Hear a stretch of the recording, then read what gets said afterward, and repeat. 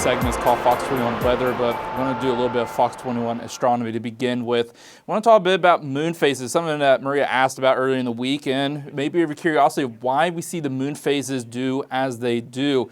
And we're going to really be talking about one thing, because what you want to keep in mind is the moon's orbit around the Earth. This is the principal driver to why we see these moon phases. Now, there's other factors like the Earth itself orbiting the sun, which could cause some changes, but we want to focus on the moon's orbit around the Earth and how that affects the relationship between the Earth and the sun. But we're going to start here with the new moon. And notice here, we have that moon. It is between the sun and the Earth. And that means we're looking at the dark side here, because this is kind of our cone of what we can observe of the moon. And notice, we're seeing that dark side right there. So it's not directly between the sun and the Earth, because if that was the case, then we have a solar eclipse. That's when the sun actually moves over the sun itself.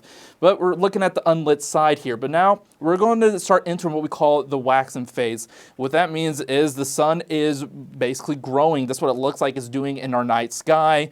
And in the northern hemisphere, it looks like it grows from right to left. In the southern hemisphere, that is flipped. It looks like it's growing from left to right.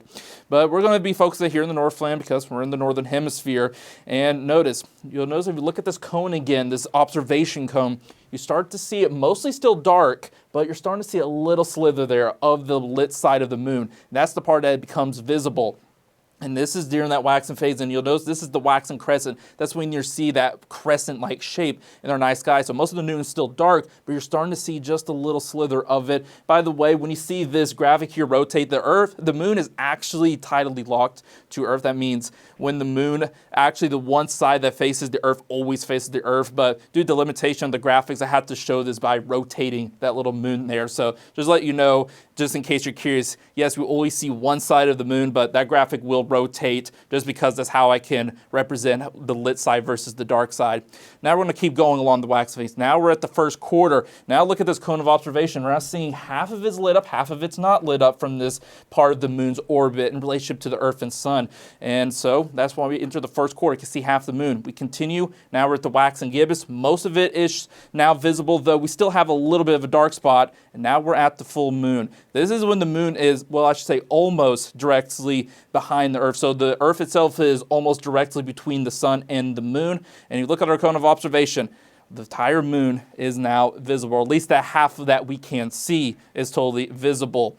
Now I say again, almost, because if the Earth was directly between the sun and the moon, well, what we call that there is a lunar eclipse. That's when the sun turns red, and that's why I call it the blood moon. But now we're going to enter the waning phase, and the waning phase is when the moon starts to shrink from right to left in the northern hemisphere, flipped in the southern hemisphere, and it's the same thing. Watch the cone of observation and watch what part in this cone we can see in the moon as it goes back to becoming a new moon.